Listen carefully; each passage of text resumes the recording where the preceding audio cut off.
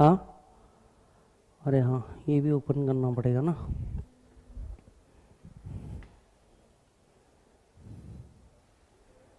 हुआ है क्या? Okay, so guys there was a power cut and power cut की वजह से सारा सिस्टम बंद हो गया था। अगेन हमने ये लिंक चालू करी है, अगेन हमने ये लिंक चालू करी है।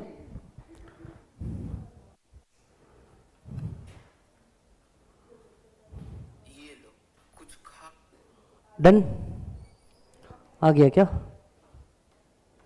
चलो जी,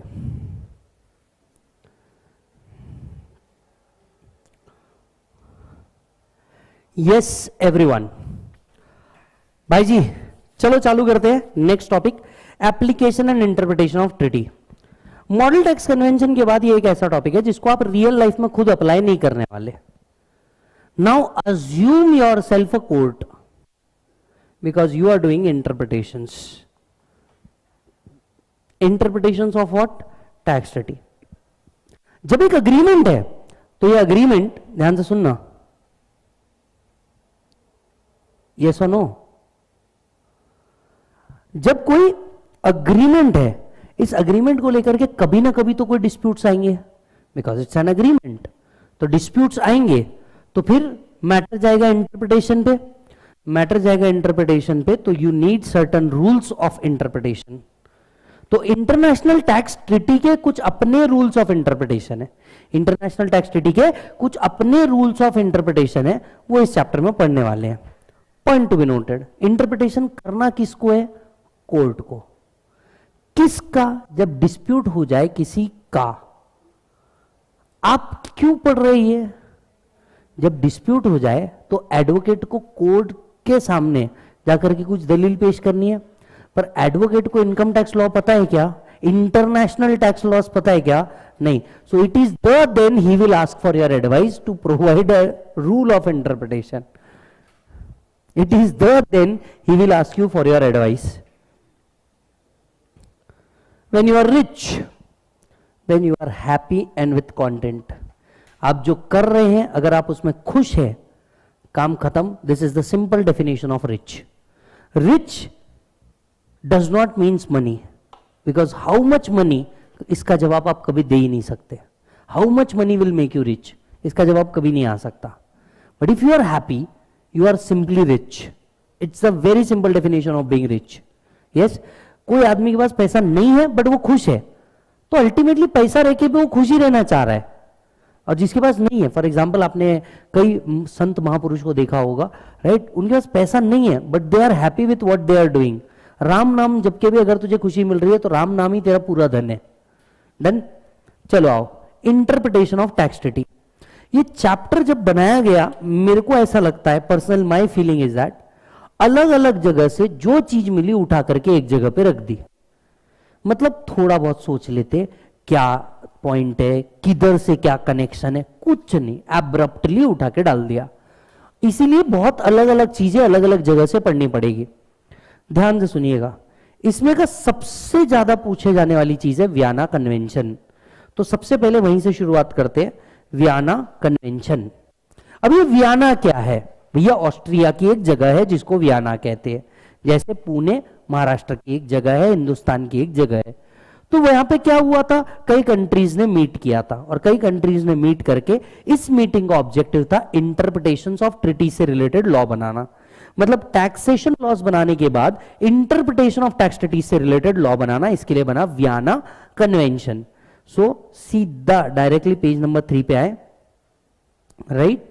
International Law Commission initiated the work on Vienna Convention in the year 1949, which was completed in 1969. 20 साल लगे इस कन्वेंशन को रूल्स लाने में। Vienna convention of law treaty provide basic rule of interpretation. आखिर में वियना प्रोवाइड क्या करवाता है? Basic rule of interpretation. Treaty मतलब क्या होता है? ट्रीटी का मतलब होता है एक international agreement written from between states. Between states मतलब कंट्री, यस और no. In home country tax is an obligation while in host country tax is a cost. DTAAs दो तरीके से बनते हैं, एक लिमिटेड, दूसरे comprehensive. Limited DTAAs are those which are limited to certain type of income. अभी अभी मैंने आपको दिखाया था limited DTAA। Comprehensive which cover all type of income, इसीलिए अगर आप देखोगे इनकम टैक्स की वेबसाइट पे क्लियर लिखा है comprehensive and limited. Vienna convention के कई क्लॉजेस है, आपको सारे नहीं पढ़ने, इसमें से कुछ क्लॉजेस आपको पढ़ने हैं। यस, इसीलिए अगेन चैप्टर का नाम है जितने एप्लीकेशन हो पाए उतने कन्वेंशन पढ़ना। सबसे पहले आर्टिकल 26 पैक्टा सन्त सर्वंदा, मतलब क्या?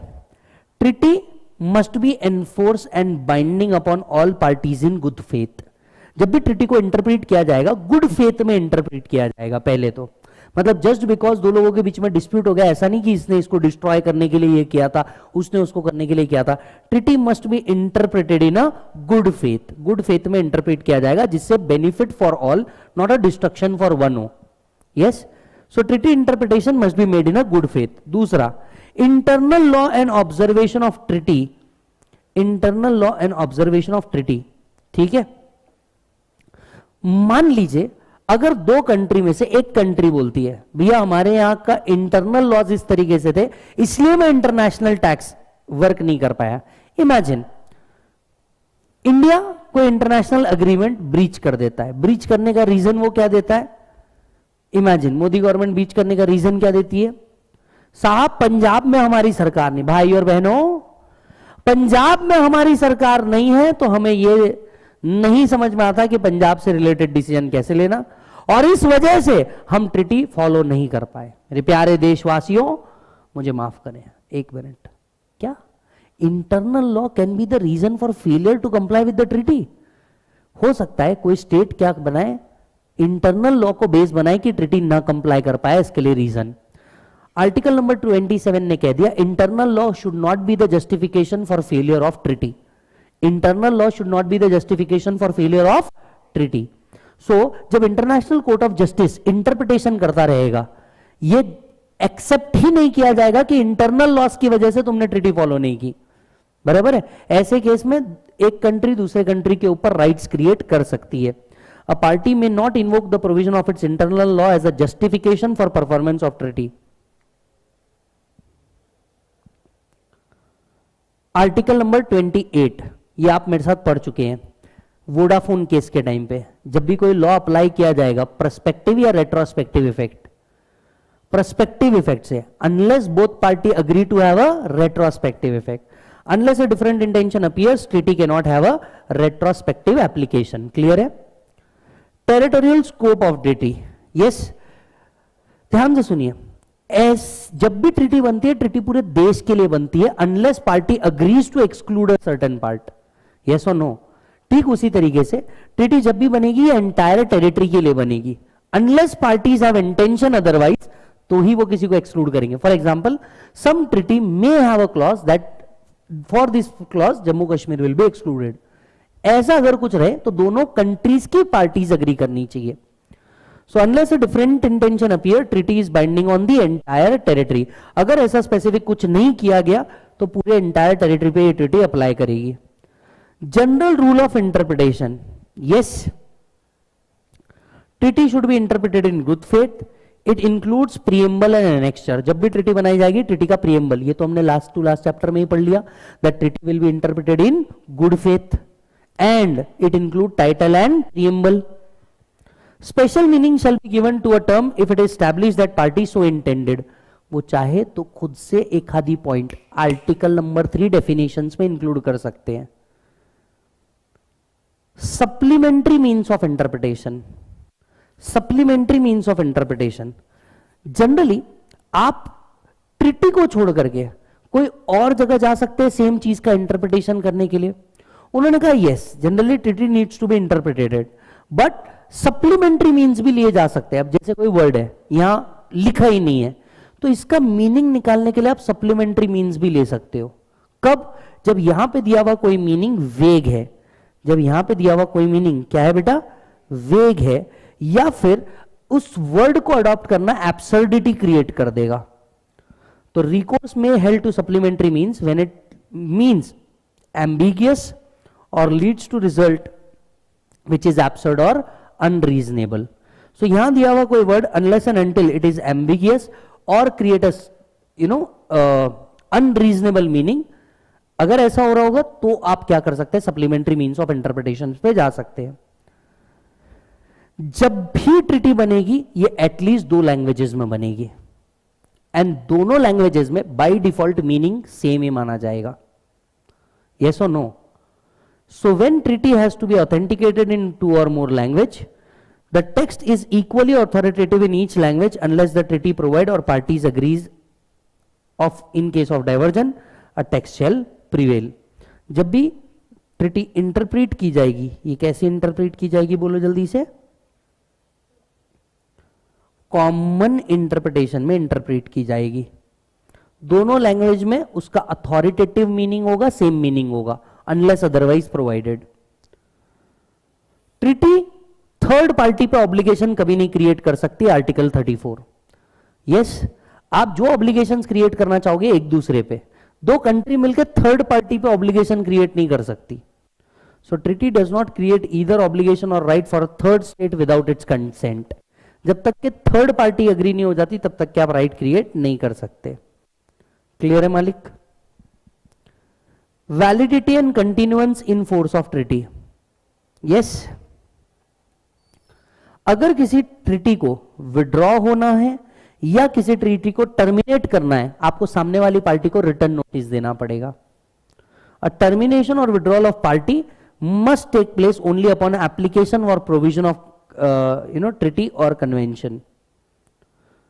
Suo motu withdrawal of treaty is not allowed. Take the permission of the commissions. कोई भी कंट्री जो अग्रीमेंट में आ रही है suo motu withdrawal नहीं कर सकती। टर्मिनेशन और suspension of treaty as a consequences of breach. अगर किसी एक कंट्री ने ब्रीच किया, अदर पार्टी इसे टर्मिनेशन ऑफ ट्रिटी मान सकती है। A material breach in bilateral treaty by the one party entitled the other to invoke the breach as a ground for termination of treaty। Other party उसको terminate मान करके action ले सकती है। yes or no? Party specially affected by the breach to invoke it as a ground for suspension of operation of treaty in whole or in part in relation between itself and the defaulting state। पूरे treaty को भी defaulted माना जा सकता है, half treaty को भी defaulted माना जा सकता है, बिल्कुल हो सकता है। यस, अब मटेरियल ब्रीच किसको कहेंगे? Repudiation of treaty not sanctioned by the convention, violation of the provisional essential for accomplishment of the object. अगर कोई सुपरवीनिंग इंपॉसिबिलिटी आ गई तो तब क्या क्या ट्रिटी सस्पेंडेड मान सकते हैं? सुपरवीनिंग इंपॉसिबिलिटी, रिसेंटली किसी कंट्री के अंदर में अर्थक्वेक आया, कौन सी कंट्री भैया? टर्की के अंदर में। एज ऑफ नाउ लोगों को बचाने पे ध्यान दिया जाए या ट्रिटी कंप्लायंस पे ध्यान दिया जाए? ऑब्वियस सी बात है बचाने पे, पर सुपरवीनिंग इंपॉसिबिलिटी आ गई तो if impossibility is temporary it may be invoked only as a ground for suspension of operation and not treaty. जैसे अगर मान लीजिए टर्की में क्या आया है, अर्थक्वेक भी आया है, तो कुछ पार्ट के लिए सस्पेंशन माना जा सकता है, but it is not a permanent suspension of treaty. उन्हें वापस से आकर के चीजों को इन्वोक करना ही होगा। फंडामेंटल चेंज ऑफ सर्कमस्टांसेस, जब ट्रिटी बनाए थे तब कुछ चीजें अलग थी, हालात कुछ अलग थे, अब हालात कुछ अलग हो गए। फॉर एग्जाम्पल, पहले हम दोस्त थे, अब वॉर में आ गए, रशिया यूक्रेन। पहले आजू बाजू में थे, दोस्त थे, सब सही चल रहा था। ये सुनो, याद रखिएगा, सबसे खतरनाक दुश्मन वो है जो पहले दोस्त था। सबसे खतरनाक दुश्मन वो है जो पहले दोस्त था। So if party invokes fundamental change of circumstances as a ground for termination withdrawing off from a treaty, it may also invoke the change as a ground for suspension of its operation। अगर fundamental base ही change हो गया, क्या change हो गया? Fundamental base ही change हो गया, तो you can act it as a suspension of treaty. Emergence of a new internal law, अगर आपने कोई नया लॉ बनाया तो ये आपकी जिम्मेदारी है दूसरे पार्टी को कम्युनिकेट करने की।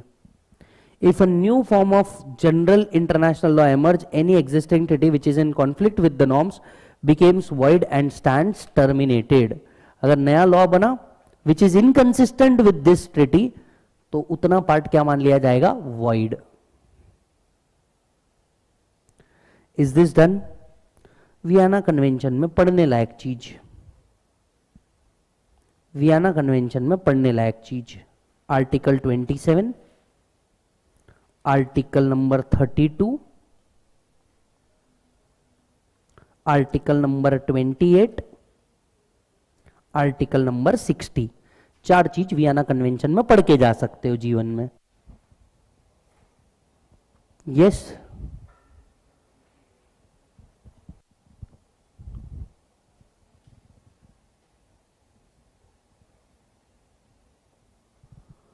Is this done? Next point आ जाओ।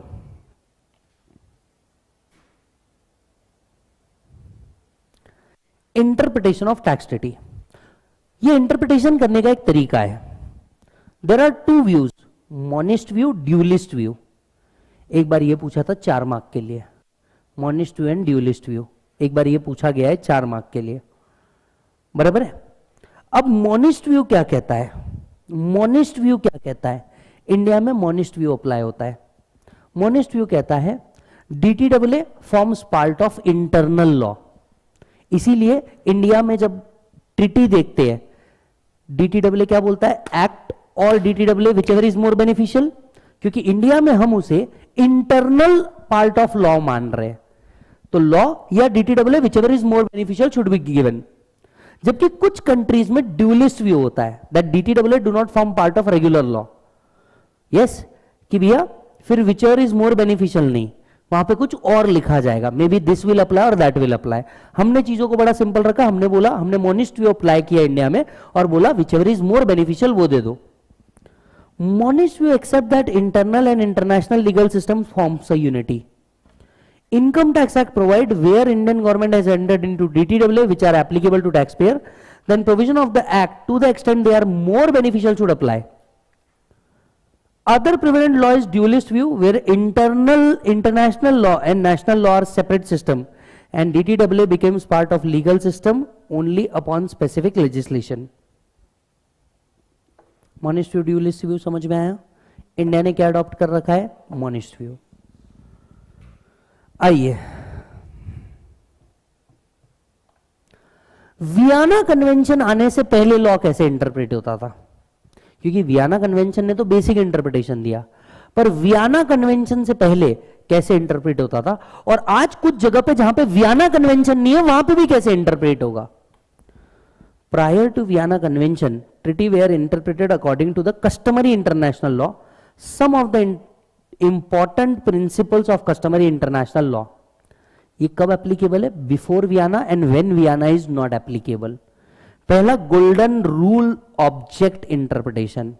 यस, ये इंटरप्रिटेशन का मेथड कहता है कोर्ट किसी भी चीज को वैसे इंटरप्रेट करेगा जो किसी ऑब्जेक्ट या पर्पस को स्पेसिफाई करे। मतलब डिस्प्यूट अगर किसी ऑब्जेक्ट को लेकर के है तो सबसे पहले वो ये देखेंगे ट्रीटी के ऑब्जेक्टिव्स क्या थे, ट्रीटी बनाने के ऑब्जेक्टिव्स क्या थे, और ऑब्जेक्टिव्स के बेसिस पे डिसीजन दिया जाएगा। एनी टर्म और word should be interpreted keeping the ordinary and literal meaning in mind according to their plain and natural meaning. जब 2 पार्टीज ट्रीटी करने आई थी तो उनके ऑब्जेक्टिव्स क्या थे, उस बेसिस पे डिसीजन दिया जाएगा। Second rule, subjective interpretation. Yes, ये बोलता है जा करके देखो, जा करके देखो, ऑब्जेक्टिव छोड़ो, ऑब्जेक्टिव किस ऑब्जेक्टिव से बनाए थे, आप ये देखो कि कॉमन इंटेंशंस क्या थे पार्टी के जिस टाइम पे ट्रीटी हमने कंक्लूड किया। जब ट्रीटी हमने फाइनली साइन किया, ऑब्जेक्टिव क्या था वो छोड़ो, ऑब्जेक्टिव ढूंढने को टाइम लग जाएगा। आप ये देखो लिखते वक्त पार्टी ने क्या लिखा।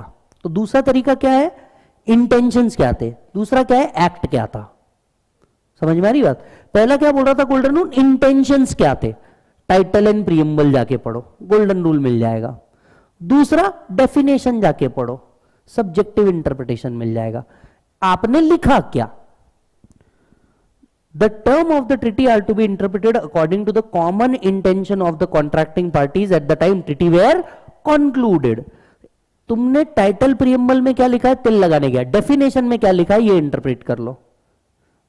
तीसरा, थियोलॉजिकल और पर्पसिव इंटरप्रिटेशन। वो कह रहे छोड़ो ना ऑब्जेक्टिव क्या है, डेफिनेशन क्या है, इंटरप्रिटेशन ऐसा निकालो कि जिसमें कोई ऑब्जेक्टिव या पर्पस पूरा हो। यस, अभी कुछ जगह पे तुम आके स्टक हो गए, ना टाइटल में कुछ लिखा है, ना प्रीएम्बल में कुछ लिखा है, ना तुमने डेफिनेशन दी। अब तुम इंटरप्रिटेशन जो करोगे दैट वुड बी पर्पसिव, कि अब ये चीज तो अटक गई, अब इसको कुछ तो करके बाहर निकालो।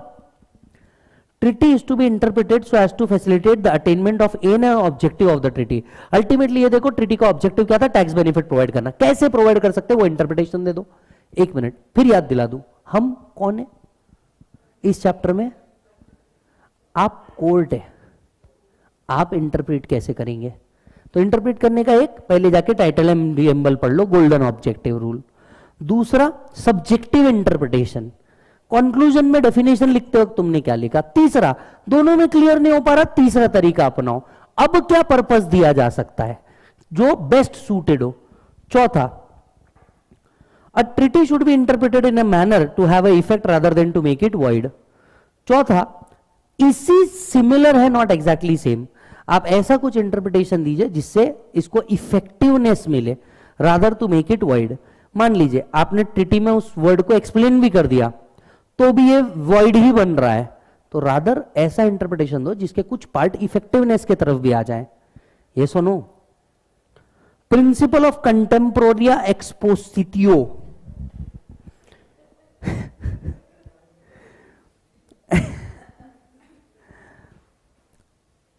उस टाइम उसका मीनिंग क्या था वो देखो, जिस टाइम ट्रीटी बनी थी। प्यारा सा एग्जाम्पल, आई होप आप हर जगह एग्जाम्पल लिख रहे होंगे, प्यारा ऐसा एग्जाम्पल। पहले सिर्फ करेंसी था, करेंसी का ऑब्वियस मीनिंग क्या था, bank note issued by the highest bank of your country. आज करेंसी का मतलब क्रिप्टो भी तो है। तो अब अगर क्रिप्टो को लेकर डिस्प्यूट हुआ, one of the method of interpretation is contemporanea expositio. वो बोल रहा है भैया जनरली आप इंटरप्रेट करते हो on the basis of their meaning when treaty was concluded. अगर मान लीजिए क्रिप्टो करेंसी से कोई इनकम जनरेट हो गई, आज इंडिया में क्रिप्टो रिलेटेड लॉ अज्यूम करो अगर नहीं होता तो इंटरप्रिटेशन क्या होता, करेंसी मतलब ओनली फॉरेन करेंसी। समझ में आई बात? लिबरल कंस्ट्रक्शन, मान लीजिए अगर कंस्ट्रक्शन पूरा नहीं है तो आप उसको लिबरल कंस्ट्रक्शन दे सकते हो। जैसे आज करेंसी का meaning not only cash, it include bank transfer, include RTGS, NEFT और transfer through a UPI और BHIM पे, आपने एक liberal का meaning लिया उसका। So it is a general principle of construction with respect to the treaties that shall be liberally constructed so as to carry out the intention of the parties. Treaty as a whole integrated approach, treaty to be constructed as a whole and effect should be given to each word. Treaty में आप सिर्फ एक word को कई बार interpret नहीं कर सकते, that has to be interpreted as a whole word. Yes और नो? तो कई बार आप क्या करेंगे, इंटरप्रिटेशन करते वक्त सिर्फ एक वर्ड नहीं उसका होल वर्ड देखेंगे rather than one single word. Treaty को रीजनेबलनेस एंड कंसिस्टेंसी के साथ देखना पड़ेगा, मतलब आपको जब भी कोई जजमेंट पास करना पड़ेगा ऐसा नहीं होना चाहिए कि ये वन टाइम यूज करके वेग हो गया, ये रीजनेबलनेस एंड कंसिस्टेंसी के साथ आगे भी यूज किया जा सके। You have to ensure that. Is this done? वाह, अब आप मुझे सोच करके बता दीजिए। यस, अच्छा,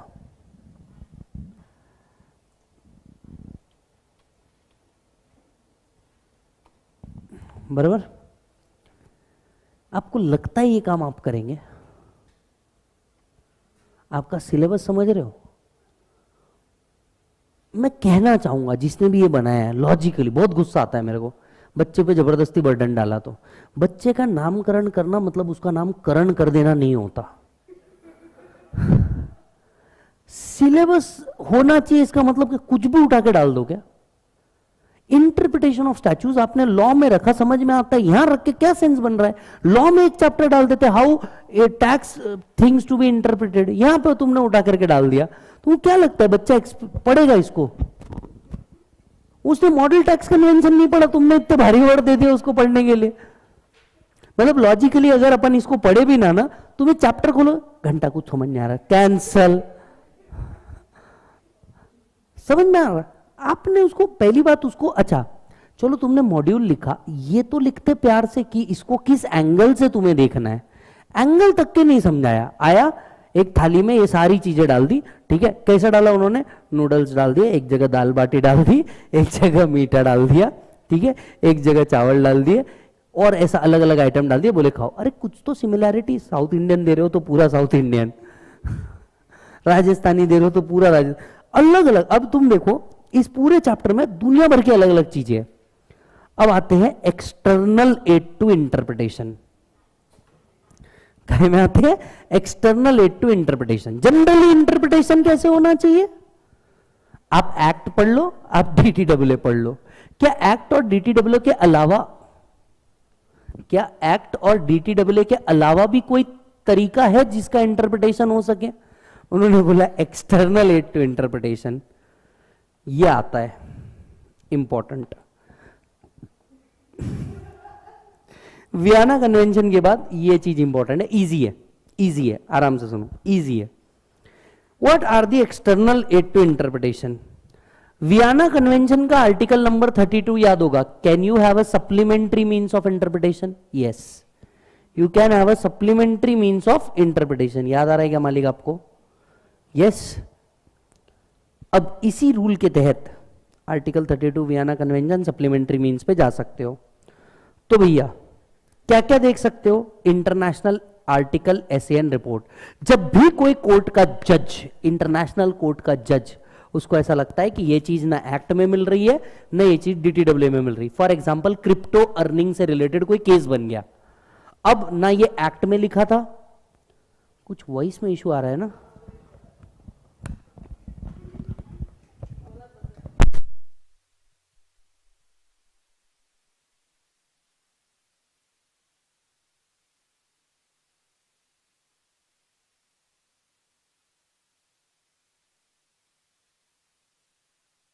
ठीक आ रहा है क्या? एक बार देखना, अब ठीक है? हाँ। अब हुआ क्या जरा समझिए, जब कोई जज सप्लीमेंट्री मीन्स में जाएगा, ना एक्ट में मिल रहा ना रूल्स में मिल रहा, इंटरप्रिटेशन तो निकालना है, वो क्या क्या रिफर कर सकता है? मुझे एक बात बताइए, कोई कॉन्सेप्ट है ना आपको मॉड्यूल में मिल रहा ना जिस टीचर की आपने क्लास लगाई उसमें मिल रहा, what you will have? Third means. Third means में क्या क्या है? पहला international article SAR report, Google international articles पढ़ लो, कहीं किसी कंट्री में इस टॉपिक पे इंटरनेशनल आर्टिकल होगा, फॉर एग्जांपल क्रिप्टो पे किसी कंट्री ने आर्टिकल निकाला होगा वो पढ़ो, कोई ऐसे निकाला होगा वो पढ़ो, कोई रिपोर्ट निकाली होगी वो पढ़ो। इससे भी नहीं हो रहा, cahier published by international fiscal association Netherlands. International fiscal association Netherlands is one of the international tax body जो अलग अलग क्या निकालती है, रिपोर्ट निकालती है। आप इनका कैशियर उठा के पढ़ लो, इनके जो आर्टिकल्स आते हैं वो उठा के पढ़ लो। तीसरा प्रोटोकॉल्स पढ़ लो, प्रोटोकॉल्स पढ़ लो, दूसरी कंट्री के टैक्स ट्रीटी पढ़ लो, हो सकता है दूसरी डेवलप्ड कंट्री के टैक्स ट्रीटी में वो लिखा हो कि क्रिप्टो के साथ डील कैसे करना है, यस और नो। नेक्स्ट प्रीएम्बल पढ़ लो, प्रीएम्बल से कुछ मिल जाए, और कुछ नहीं हो रहा तो म्यूचुअल अग्रीड प्रोसीजर पढ़ लो, और कुछ नहीं हो रहा तो म्यूचुअल अग्रीड प्रोसीजर पढ़ लो। तो जनरली जब भी तुम्हें सप्लीमेंट्री मीन्स पे जाना है, जल्दी बोलो क्या क्या पढ़ोगे?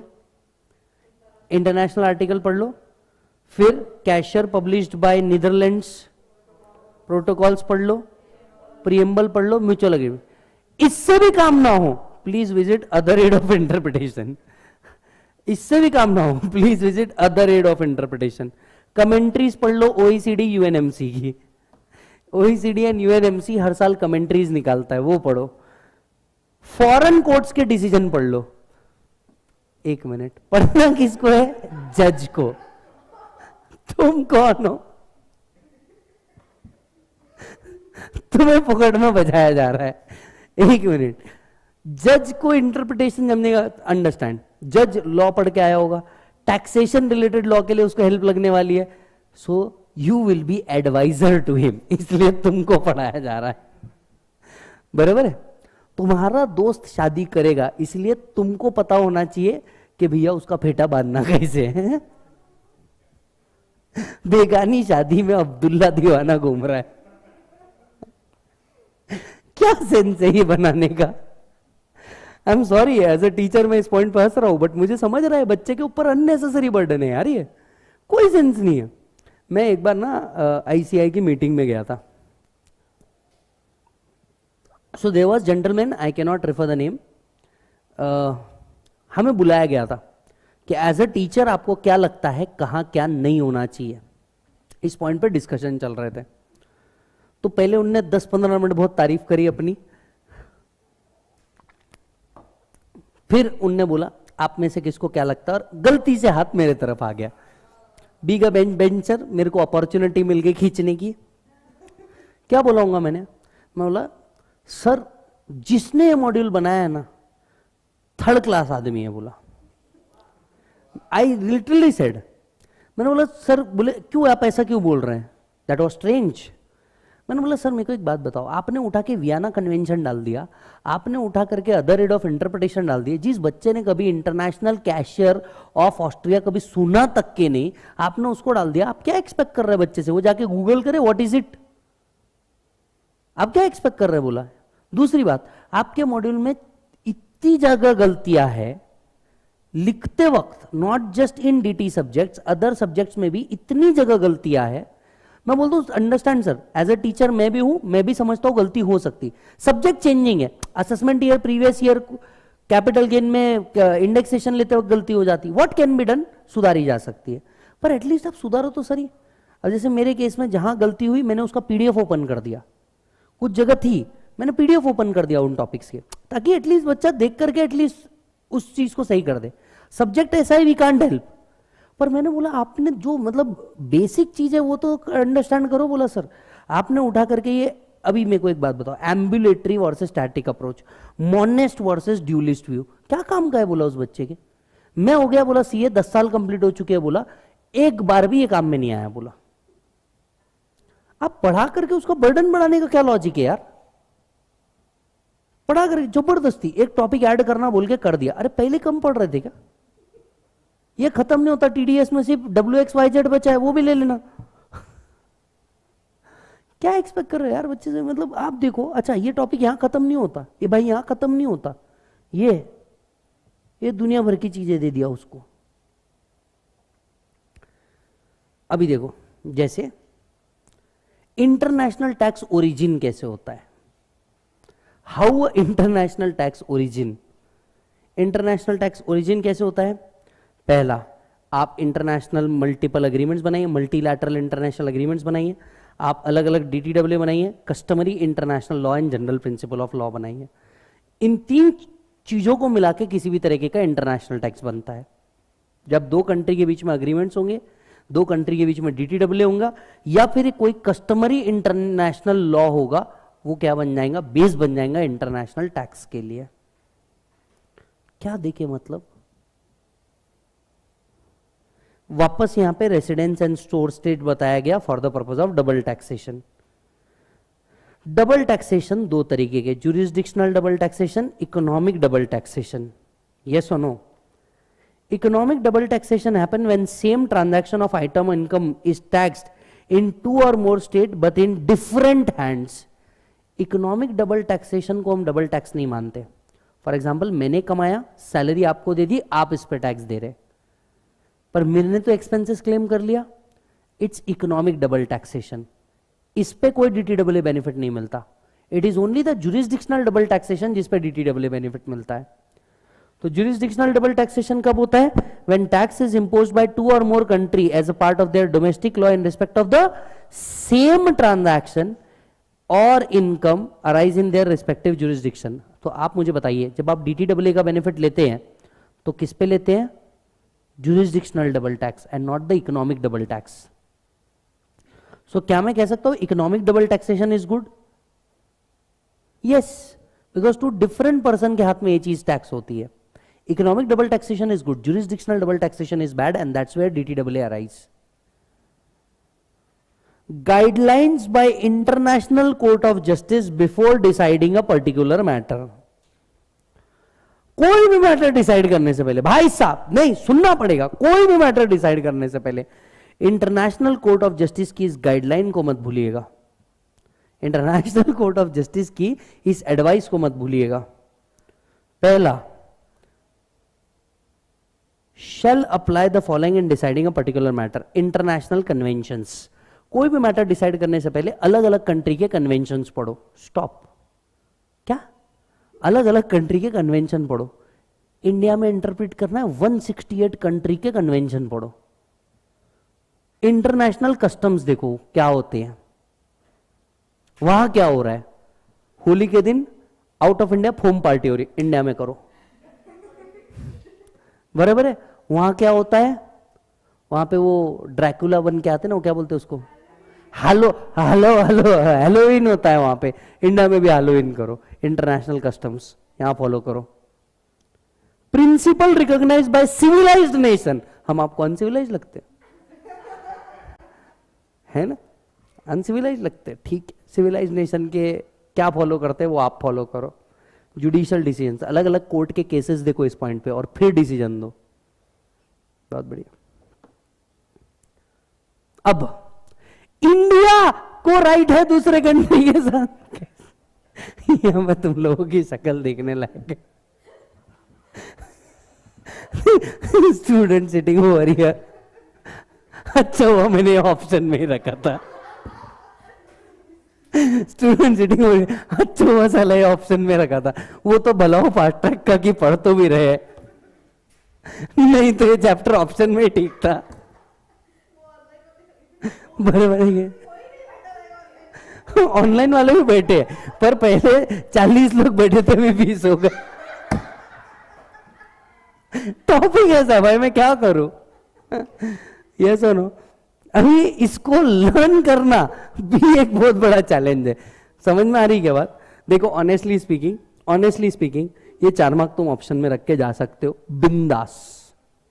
वो लड़की तो हली नहीं रही. एक लड़की ऐसे बैठी और अपने जीवन को कोस रही है कि मैंने सी लिया क्यों. ये सुनो, ओ भाई साहब 9 लोग वापस आ गए हंसते हुए. देख मेरे को जोक नहीं चल रहा है, हम 2 मिनट रुक के, इतना प्यारा सब्जेक्ट है, रुक जाओ. चलो हाँ, अब आपको तो पता है भारत जब भी कोई एग्रीमेंट करेगा, भारत में तो बहुत सारे स्टेट्स हैं, से यस, तो सारे स्टेट्स को इसने एक डायरेक्टिव्स इशू किए हैं कि भैया देखो इंडिया 4-5 जगह से अलग अलग बाउंड्रीज से घिरा हुआ है, तुम्हें कुछ चीजों का ध्यान रखना है. Promote international peace and security. India ने कहा स्पेसिफिकली, आप अगर बॉर्डर से कनेक्टेड है तो ये स्टेट आपकी जिम्मेदारी है कि इंटरनेशनल पीस को आपको मेंटेन करके चलना है. Maintain just and honourable relation amongst the nation. दोनों कंट्री के बीच में आप, जैसे पंजाब हो गया, राजस्थान हो गया, जम्मू कश्मीर हो गया, इधर नेपाल के साइड से कनेक्टेड, म्यांमार के साइड से कनेक्टेड, इन सबको बोला मेंटेन गुड रिलेशन. खुद होके पहले काढ़ी करने का नहीं. Foster the respect for international laws. उनके लॉज की भी हमें रिस्पेक्ट करनी है. Encourage the settlement of international dispute. को इंटरनेशनल डिस्प्यूट आ गया तो आपको एनकरेज करना है कि ये डिस्प्यूट जल्द से जल्द क्या हो जाए, सेटल हो जाए. बहुत बढ़िया बेटा, आ जाओ.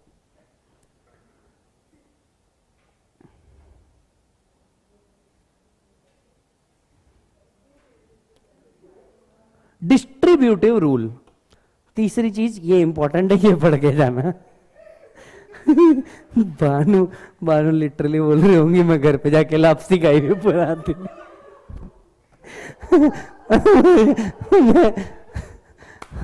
मैं लापसी खा के पुराती नहीं बोले घर पे. सुनो, distributive rule, this is the understand. अच्छा, यहां पे एक एग्जम्प्ट इनकम का क्लॉज आया है, ये कट कर दीजिए. यहां पे पेज नंबर 7 पे है. यहां पे लिखिए already covered in NR taxation. याद है ना, A into C1, B into C2, D into F1, already covered in NR taxation. आप बिंदास कट कर दिए. देखिए लोगों को डर भी नहीं लगा, ऐसा काटा डायरेक्ट. टॉपिक देख रहे हो. हाँ जी.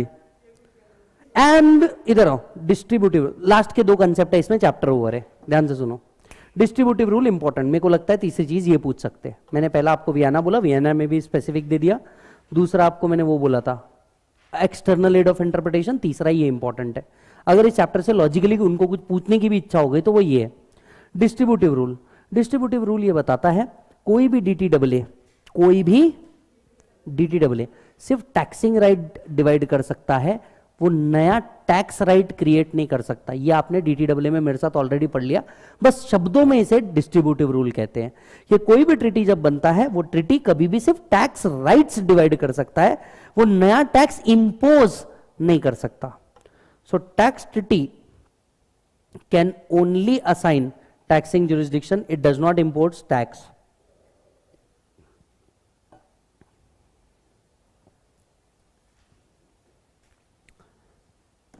Having agreed to the part of right of tax with other state, मान लीजिए आपने डिवाइड करने की बात की है, उनका डिवाइडेड वाला पार्ट आप उनको दे करके बचा हुआ पार्ट आपको लेना है नहीं लेना, ये आपका डिसीजन है। Distributive rule. Last concept, okay.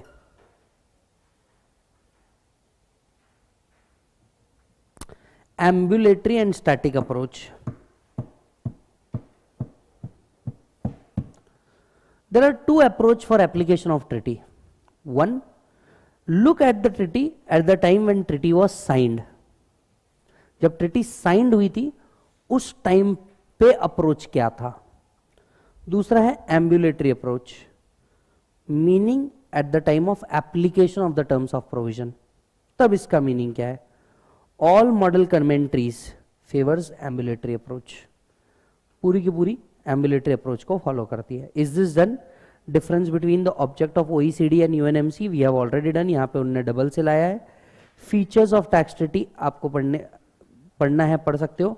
कोई भी treaty क्यों बनाई जा सकती है? Allocation of tax right, tax credit mechanism, exchange of information, section 90 इसका example है। Yes, that's it. The topic is over. Is this done? बहुत बढ़िया, चलो बेटे आगे बढ़ते हैं।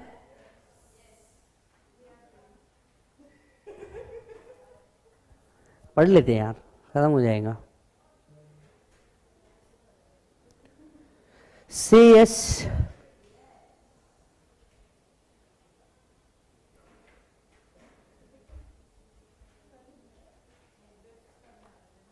आ जाओ। हाँ क्या भानु तू ऐसा कर रही? चलो, फंडामेंटल्स ऑफ बेप्स। सर कोई और सब्जेक्ट और ले सकते क्या? एक और ले सकते, ये थोड़ा सा रिलेटिवली बोरिंग टॉपिक है, अपन इक्वलाइजेशन लेवी भी ले सकते। Equalisation levy is very easy and complete हो जाएगा। लेट्स डू इक्वलाइजेशन लेवी, बहुत इजी है, कंप्लीट हो जाएगा रादर देन बेप्स। यस, 15 से 20 मिनट में खत्म। 9 बजे से पहले तू घर के लिए निकल जाएगी, बस खोल दे वापस जल्दी, चल आ जाओ जी। इक्वलाइजेशन लेवी इजी है, आता है, इजी है, आता है। कॉन्सेप्ट बोल क्या रहा है, जरा ध्यान से सुनना। इधर आओ, एक ड्राइंग में खत्म करेंगे। अगर कोई भी रेसिडेंट या फिर नॉन रेसिडेंट जिसका पीई कहां हो, इंडिया में, पे कर रहा है नॉन रेसिडेंट को फॉर स्पेसिफाइड सर्विसेज। किसके लिए बेटा? Specified services. स्पेसिफाइड सर्विसेज मतलब क्या हो गया बेटा? ऑनलाइन एडवर्टीजमेंट, डिजिटल एडवर्टीजमेंट या फिर अदर नोटिफाइड। ये पेमेंट एक्सीड कर रहा है 1 लाख से, तो इक्वलाइजेशन लेवी पे करना है at the rate of 6%।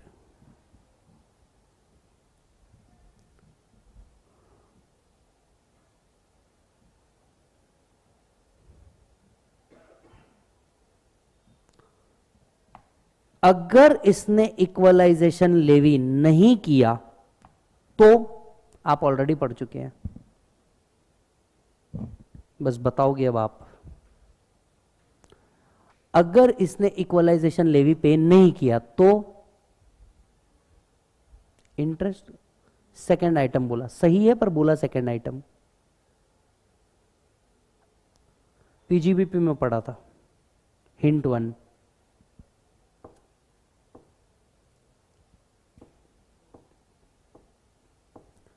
Hint 2,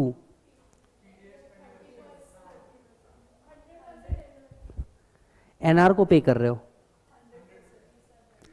40 A I B 100% disallowed, याद आ रहा है क्या?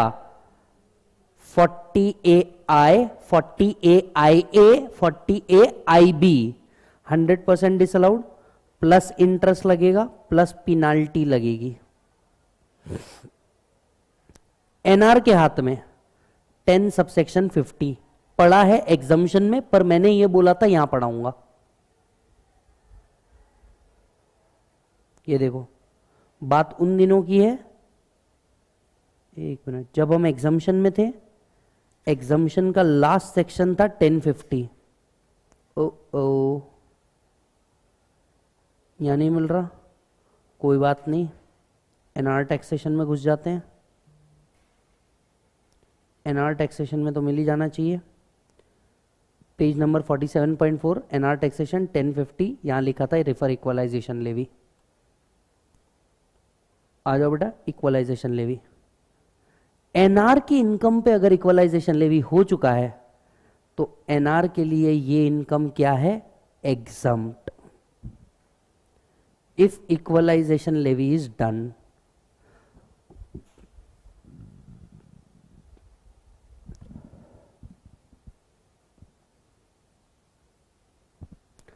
अगर इक्वलाइजेशन लेवी हो चुकी है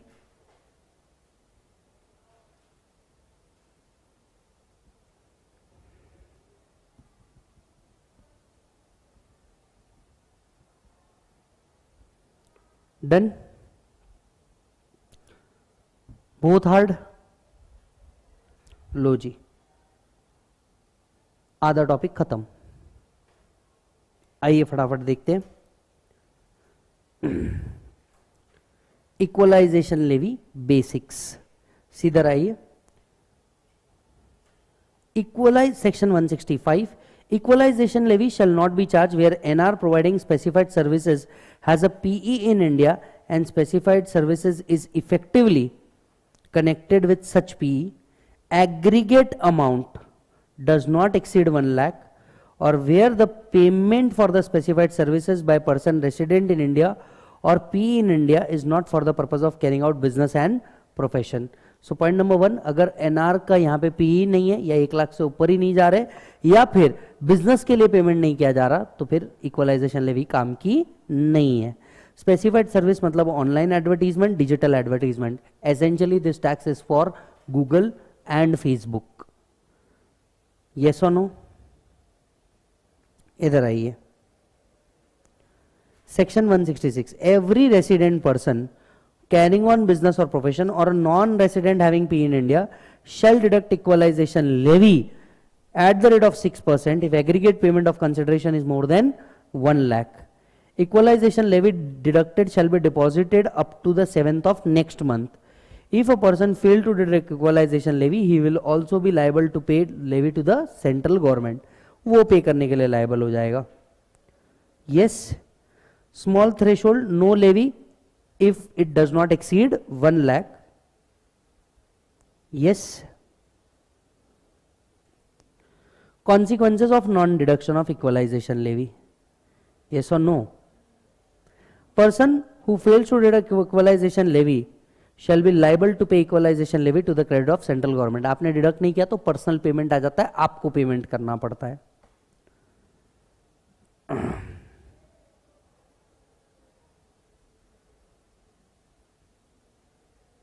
wait,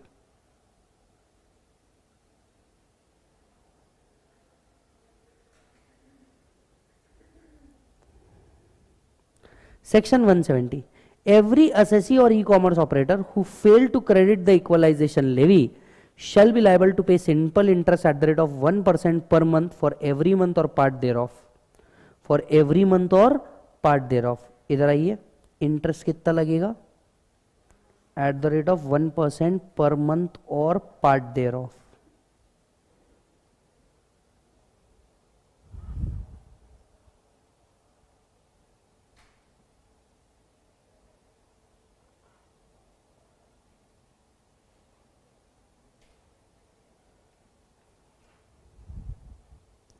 done.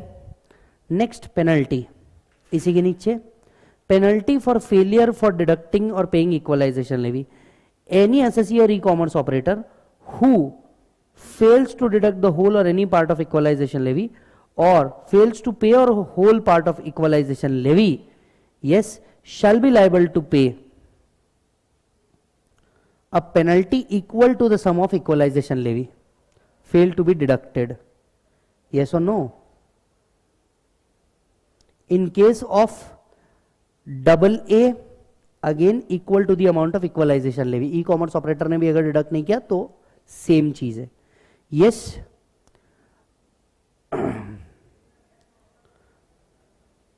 penalty under this clause shall not exceed the amount of equalization levy that he is failed to pay. Penalty कितनी लगेगी? 100% of default.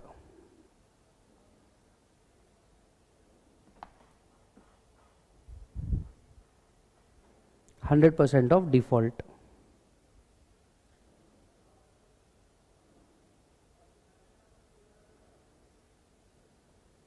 Yes or no?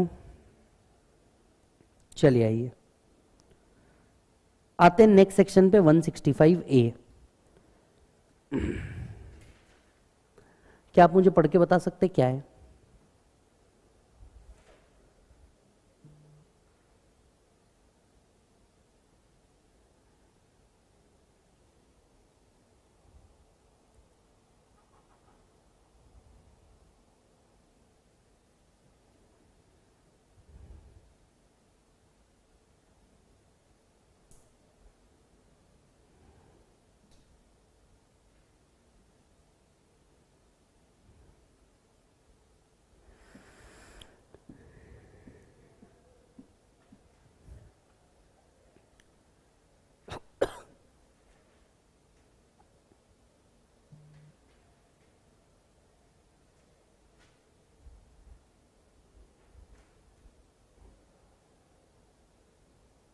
बोलो जल्दी बोलो क्या है? E commerce operator, NR who is a e commerce operator, resident था 194O, NR e commerce operator. Yes, तो sir ध्यान से सुनिए, there shall be charged on equalization levy at the rate of 2% on the amount of consideration received or receivable by e-commerce operator from e-commerce supply or services made or provided by it. e-commerce operator खुद हो के कितना percent पे करेगा? 2%. तो जो e-commerce NR e-commerce operator है India में, जो कैसे कमा रहे हैं? गुड्स देके किसी भी रेसिडेंट इन इंडिया को, या एनआर स्पेसिफाइड सर्कमस्टांसेस में जो 3 में लिखा है, या a person who bye such goods और सर्विसेज और both using internet protocol address located in India. तो जितना वो लोग यहां से कमा रहे हैं, देखिए होगा क्या, फॉरेन वेबसाइट्स इंडिया में आ करके क्या कर देगी? जाहिर सी बात है डिस्ट्रक्शन करेगी. आपको पता है डिस्ट्रक्शन ना हो इसीलिए एक इक्वलाइजेशन लेवी ले रहे ताकि इनसे टैक्स कलेक्ट करे और फिर यहां पे सब्सिडी और अदर चीजें दी जाए इंडियन वेबसाइट्स को ताकि वो भी ग्रो कर सके. तो क्या बोला है, जो भी ई कॉमर्स ऑपरेटर है जितने वो गुड्स या प्रोडक्ट सेल करके इंडिया या सर्विसेज देके इंडिया से कमा रहे, NR e commerce operator they will pay 2% सुमोटो as equalisation levy. Yes, equalization levy above shall not be charged where e-commerce operator making providing facility has a permanent establishment in India.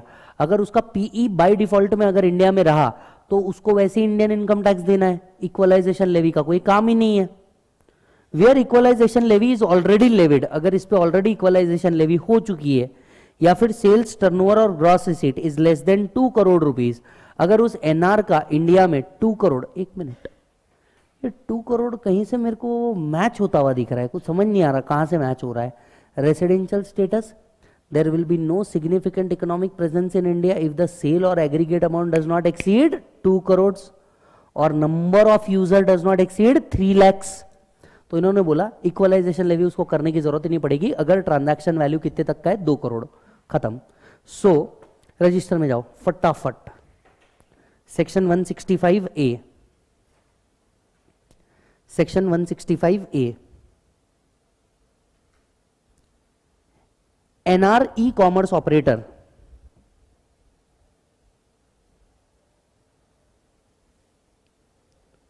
supplying goods or services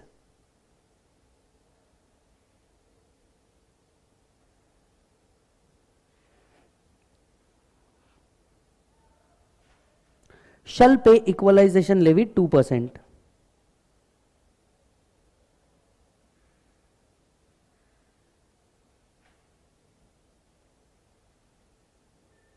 Shall pay equalization levy 2% on amount of consideration received. On amount of consideration received.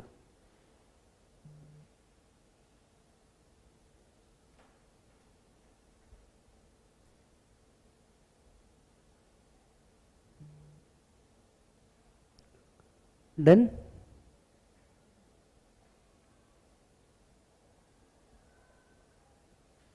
However, no equalization levy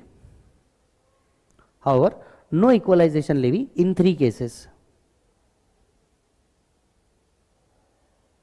Point number 1, if sales turnover gross receipt does not exceed 2 crore.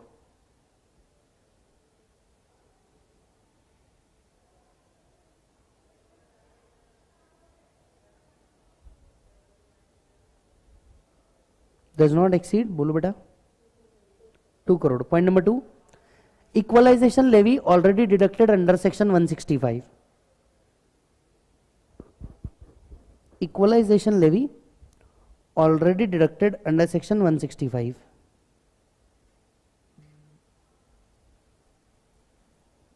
Third, e-commerce operator has PE in India.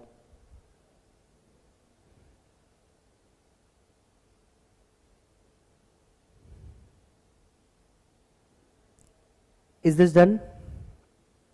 चलो next part page number 3 पे लिखा है e commerce operator मतलब कौन? एक non resident who own operate manage and digital और electronic facility, सीधे शब्दों में Amazon.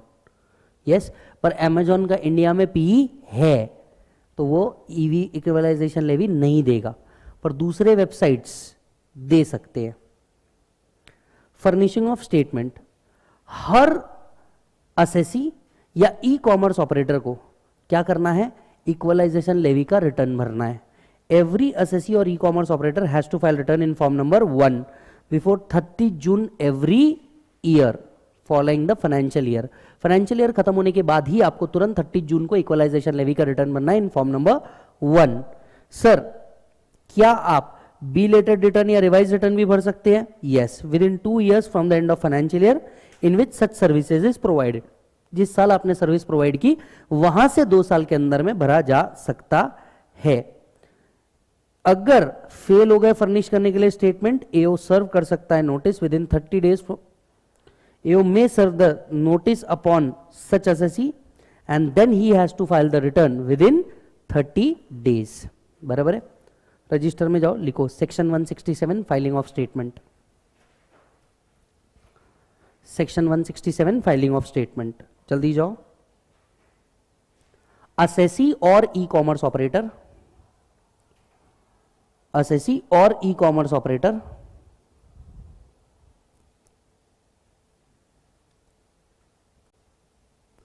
shall furnish equalization levy return EL return in form 1 on or before 30 June of assessment year. 30 June of assessment year.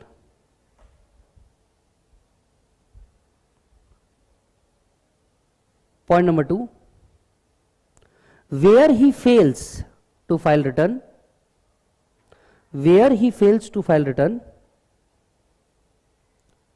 AO may serve a notice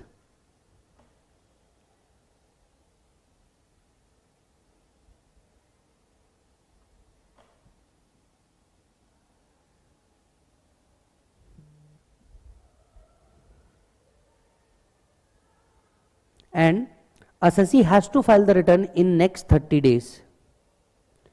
Assessee has to file the return in next 30 days.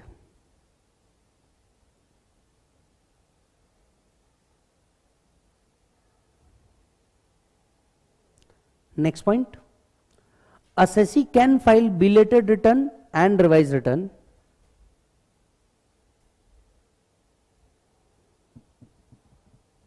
Assessee can file belated return and revised return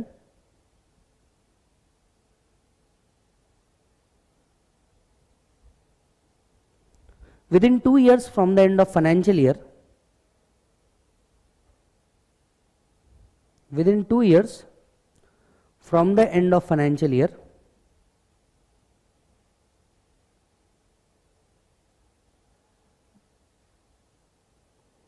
in which services was provided. In which services was provided.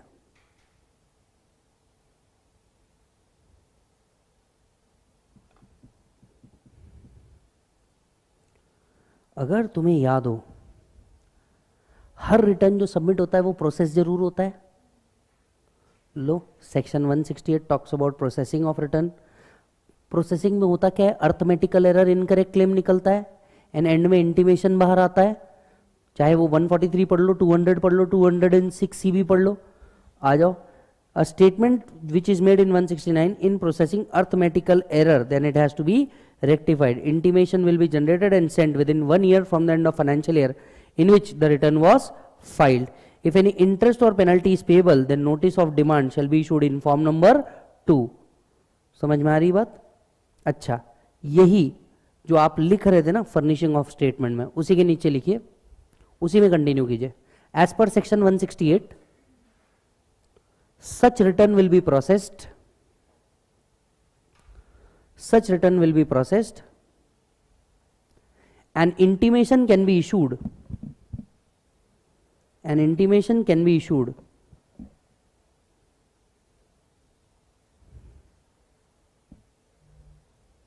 within 1 year from the end of financial year. 1 year from the end of financial year in which return was filed.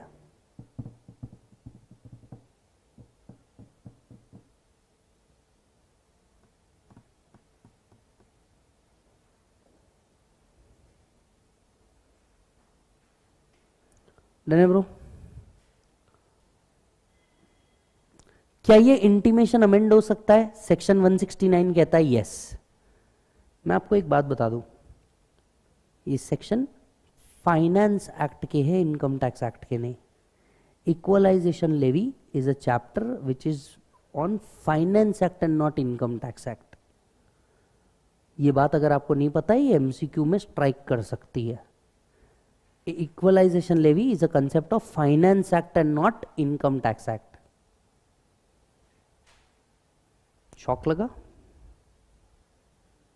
Good, सही time पे बता दिया मैंने. नहीं तो आप आते मेरे पास, सर इक्वलाइजेशन लेवी का भी सेक्शन 170 दिख रहा है, इनकम टैक्स में तो कुछ और लिखा है. फिर तुमको वही चप्पल निकाल के मारता मैं, तुमने जो पहनी है. बराबर ना? आओ, वो इंटीमेशन वाला पॉइंट लिखा आपने, उसी के आगे कीजिए. फर्दर, एओ में also amend this intimation either suo moto or an application made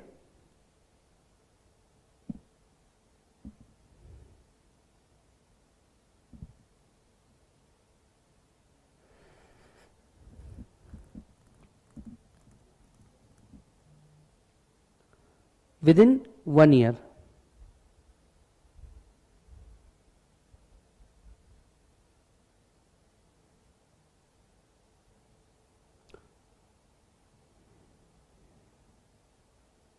From the end of financial year in which original intimation was issued.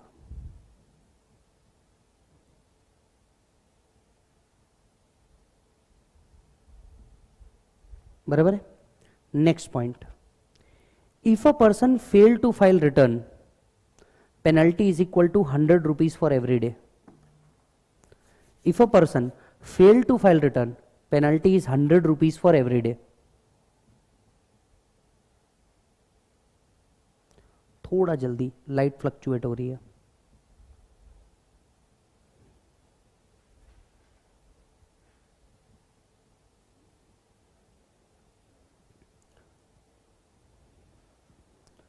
Next point,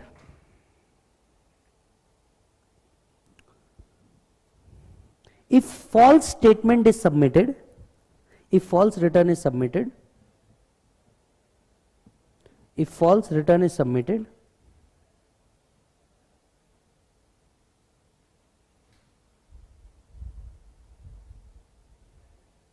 then penalty bracket में imprisonment may extend to 3 years.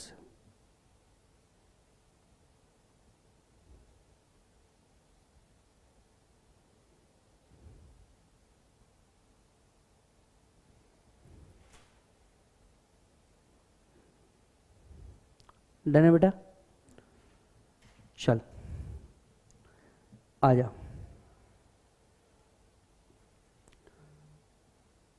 अब equalisation levy को लेकर के अगर आपको dispute है, एओ के order को लेकर के डिस्प्यूट है, पहला तरीका आप सीआईटी अपील के पास जा सकते हो।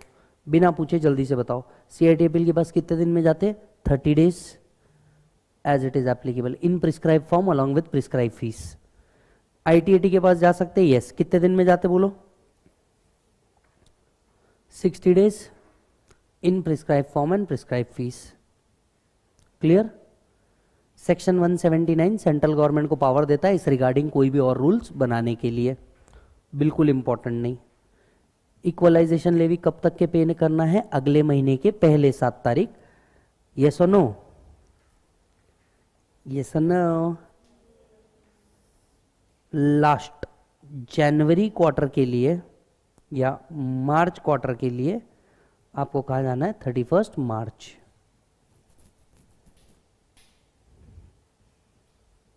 Chapter is over. 2 पेज में आपने ये लिख लिया, पूरा कॉन्सेप्ट इधर के जितने 4 पेज में लिखे हैं, बराबर। 2 चीज और बचती है, what is the basics of e commerce and permanent establishment कैसे डिटरमाइन करते हैं ई कॉमर्स में। प्लीज इसे घर पे पढ़ लीजिएगा। डन है बेटा? यस। अगले लेक्चर के अंदर में वो भी समाप्त।